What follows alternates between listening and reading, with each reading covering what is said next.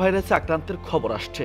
গত ২৪ ঘন্টায় ঢাকা ও রাজশাহীতে ৪০ জনের পরীক্ষায় ৯ জন শনাক্তের খবর পাওয়া গেছে। পূর্বের আক্রান্তদের মধ্যে এরই মধ্যে সুস্থ হয়েছেন মাত্র ২ জন।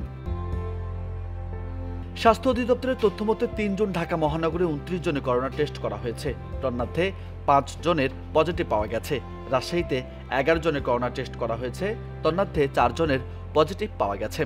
করোনা ভ্যারিয়েন্ট আসার পর থেকে এ পর্যন্ত বাংলাদেশে পরীক্ষা করা হয়েছে ১,৫৭,২৬,১৭১ জনের। এর মধ্যে আক্রান্ত পাওয়া গেছে ২০,৫১,৭২৯ জন। ২০২০ সালের ৮ মার্চ দেশের প্রথম ৩ জনের দেহে করোনা ভাইরাস শনাক্ত হয়।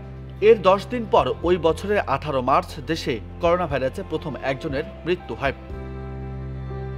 ২০২২ সাল থেকে করোনা সংক্রমণ কমতে শুরু করে। পরের বছর থেকে করোনা রোগী শনাক্তের হার শূন্যের কাছাকাছি পৌঁছায়। তবে এবছর নতুন করে যেন আবার চোখ রাঙাচ্ছে অতি সংক্রমণশীল এই ভাইরাস।